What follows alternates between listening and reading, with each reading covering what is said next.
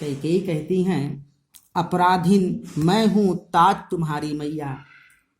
हे राम, मैं अपराधी हूं, मुझे जो चाहे तुम सजा दो। भरत को सजा क्यों देते हो?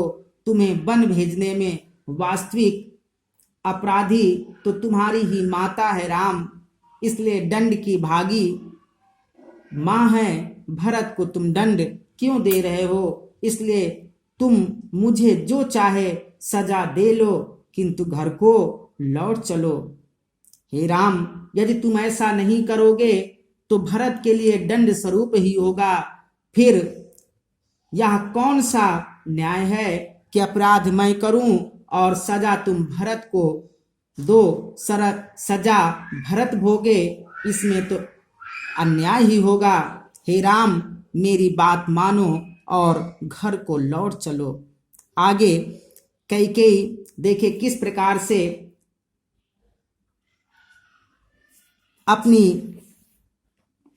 अनुताप को, अपने पश्चाताप को व्यक्त करते हुए कहती हैं, दुर्बलता का ही चिन्ह विशेष शपथ है, पर अबला जन के लिए कौन शपथ है।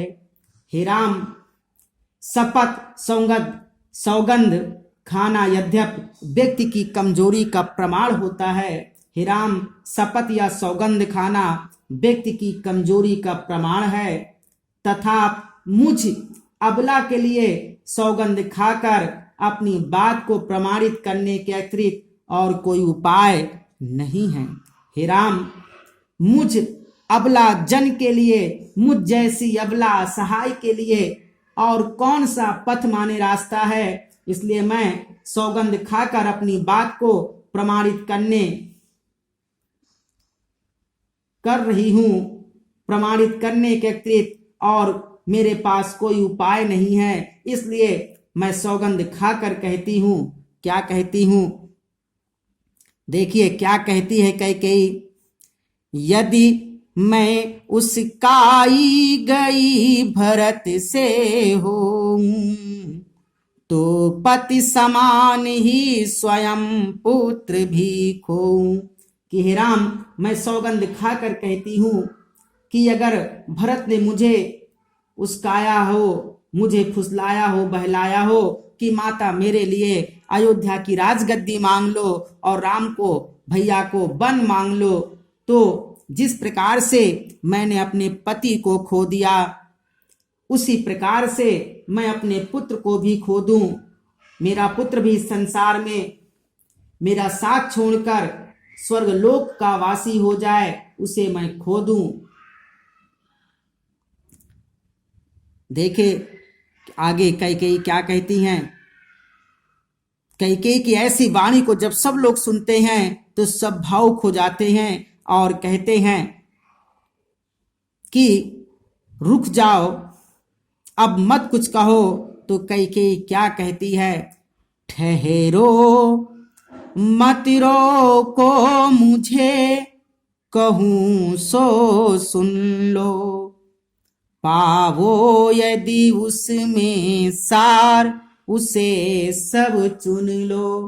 कैकेयी कहती हैं कि मुझे आज कोई रोके नहीं, आज मुझे मन की बात कह लेने दीजिए और मेरी बात सुन लीजिए। यदि मेरी बात में कोई सार हो तो आप उसे ग्रहण कर लें, यदि मेरी बात में कोई सार हो, कोई अर्थ हो तो उसे आप ग्रहण कर लें, अन्यथा नहीं। अब मेरे लिए यह संभव नहीं। कैकेयी कहती हैं कि मुझे आज पश्चाताप करने से कोई रोके नहीं, मेरी बात को आज सुन लीजिए, मैं जो कह रही हूं उसे कोई रोके नहीं, उसे सुन लीजिए। आगे कैकेयी पश्चाताप करते हुए कहती हैं, करके पहाड़ सपाप मौन रह जाऊं, राई भर भी अनुताप न करने पाऊं। कैकेयी कहती हैं कि मैंने पहाड़ से भी बड़ा पाप करके पाप किया है और पहाड़ से बड़ा पाप करके भी चुप रह जाऊं और थोड़ा सा भी सरसों के बराबर, राई के बराबर भी पश्चाताप न कर सकूं। कैकेयी कहती हैं कि पहाड़ से भी बड़ा मैंने पाप किया और इतने बड़ा पाप करने के बाद भी मौन रह जाऊं। मुझे कम से कम थोड़ा बहुत सरसों के बराबर तो पश्चाताप कर लेने दीजिए, मुझे आज कोई रोकिए नहीं। कैकेयी आगे कहती हैं,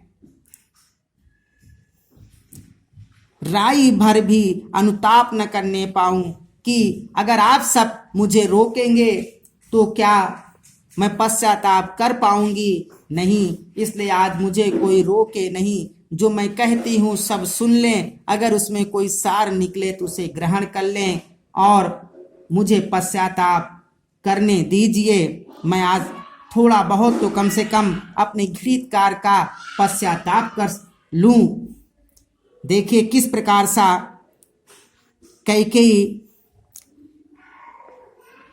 किस नक्षत्र के नीचे बैठी थी, प्राकृतिक दशा किस प्रकार से मनोरम थी, इसका बड़ा सुंदर वर्णन राष्ट्र कवि करते हैं। कहते हैं, थी नक्षत्र शशि निशाओं से टपकाती, रोती थी नीरो सभा हृदय थपकाती। जिस क्षण कैकेयी अपने द्वारा किए गए दुष्टा पूर्वक कुकृत्य पर पश्चाताप कर रही थी, उस समय तारों से जड़ी हुई चांदनी रात ओस कणों के रूप में आंसुओं की वर्षा कर रही थी। उस समय चांदनी रात ओस कणों के रूप में आंसुओं की वर्षा कर रही थी और नीचे मौन सभा अपने हृदय को थपथपाते हुए रुदन कर रही थी और नीचे मौन सभा अपने हृदय को थपाते हुए रुदन कर रही थी। लिखा है, रोती थी नीरो सभा हृदय थपकाती। नीरो का मतलब जहां पर कोई आवाज ना हो, शांत और शांत सभा